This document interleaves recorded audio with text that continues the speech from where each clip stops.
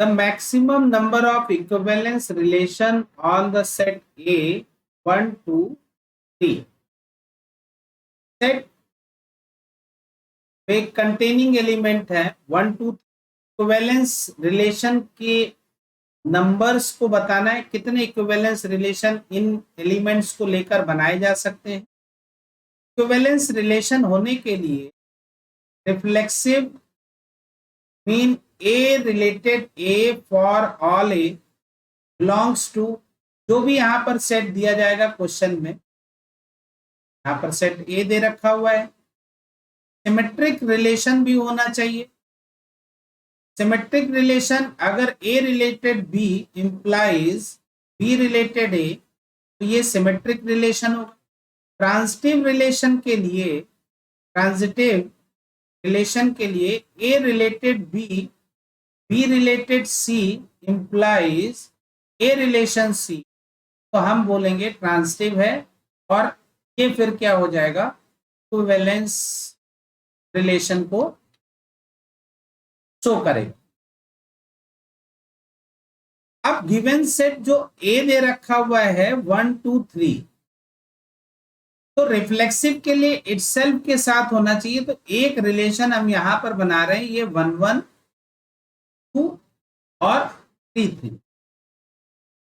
ये relation reflexive भी होगा, सिमेट्रिक भी होगा और ट्रांजिटिव भी होगा। कैसे चेक कर लेते हैं। 1 1 2 2 3 3 तो है ये for all A belongs to set A. इसकी बात अगर करें तो 1 1 और इसको रिवर्स करेंगे तो भी सेम दिखाई पड़ रहा है, तो ये ऑलरेडी है, यहाँ 2 टाइम लिखने की जरूरत नहीं है। 2 2 लेंगे तो इसको भी रिवर्स करेंगे, 2 2 दिखाई पड़ेगा। इसी तरह से सिमिलरली हम 3 3 के लिए भी लिख सकते हैं। तो सेट का हर एक एलिमेंट अगर इटसेल्फ के साथ आपने यहां पर रिलेट कर लिया और लिख दिया, तो ये रिफ्लेक्सिव भी होगा, सिमेट्रिक भी होगा और ट्रांजिटिव भी होगा। पहला रिलेशन ये बन गया।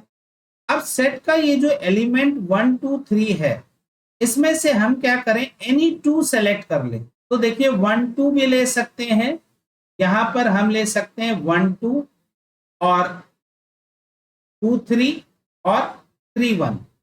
अब इसमें एनी वन हमने यहां सेलेक्ट किया और इसके अलावा प्लेस कर दिया 1 1 2 2 3 3। अब प्लेस करते हैं 1 2। तो 1 2 अगर है, यहां तक आपका इक्विवेलेंस रिलेशन था।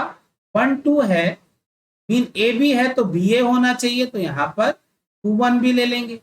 अब इसको किसी भी एलिमेंट के साथ अगर आप लेते हैं, सपोज कर लीजिए 1 1 1 2 यहां पर लिया, तो देखिए ये यहां पर ऐसे लिंक कर लिया करिए और ए रिलेटेड सी हुआ करे, तो आप देख रहे हैं यहां पर 1 2 ही आएगा, जो कि ऑलरेडी यहां पर एग्जिस्ट कर रहा है।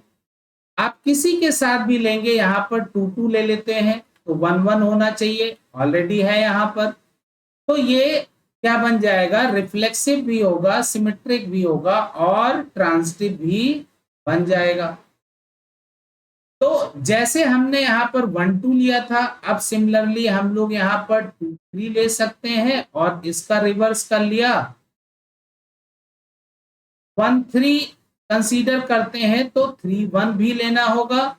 ये ऑल की जो रिलेशन होंगे 1 1 2 2 3 3 का तो होना जरूरी है ही है, 3 3 ये होना चाहिए।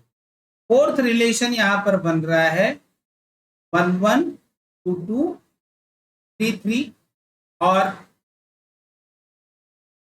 अब यहां पर जैसे एनी वन लिया था, अब हम ऐसा करते हैं कि इसमें एनी 2 लेते हैं, तो आपको इतना तो लेना ही है, 1 1 2 2 और 3 3 यहां पर लेना ही लेना है। एनी 2 में मान लेते हैं हमने यहां पर 1 2 ले लिया और 2 3 ले लिया, 2 3 लिया, तो 1 2 है तो यहां पर क्या होना चाहिए, 2 1 भी होना चाहिए। 2 3 हमने कंसीडर किया तो 3 भी होना चाहिए, वरना सिमेट्रिक नहीं होगा। अब अगर मान लीजिए यहां पर आपने ट्रांजिटिव को चेक करना है तो यहां पर आप देखेंगे अगर हमने ये 2 लिंक किया तो हमारे पास 1 3 होना चाहिए, बट अभी 1 3 यहां पर कहीं पर भी दिखाई नहीं पड़ रहा है।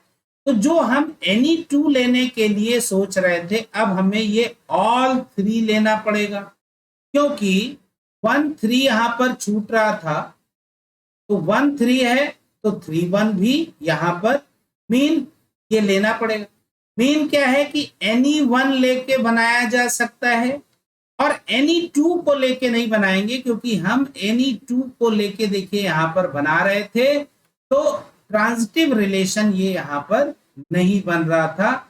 इसलिए हमें ट्रांजिटिव भी करने के लिए यहाँ पर 1 3 को लेना ये कंसीडर किया था, इसको भी लेना नेसेसरी होगा। सो अब ये 5th रिलेशन बन गया। इसके अलावा हम कोई भी और रिलेशन यहाँ पर नहीं बना सकते हैं। फिर से एक बार समझ लेते हैं, बहुत ही अच्छा क्वेश्चन है।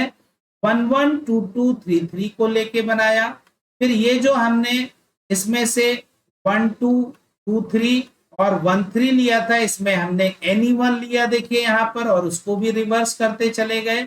और फिर एनी 2 अगर लेते हैं तो ट्रांजिटिव को वो फेल करता है, इसलिए मुझे ऑल 3 को कंसीडर करना पड़ेगा। तो इसका आंसर होगा कि अगर गिवन सेट 1 2 3 से अगर हमें नंबर ऑफ इक्विवेलेंस रिलेशन बनाने होंगे तो वो मिलेंगे 5।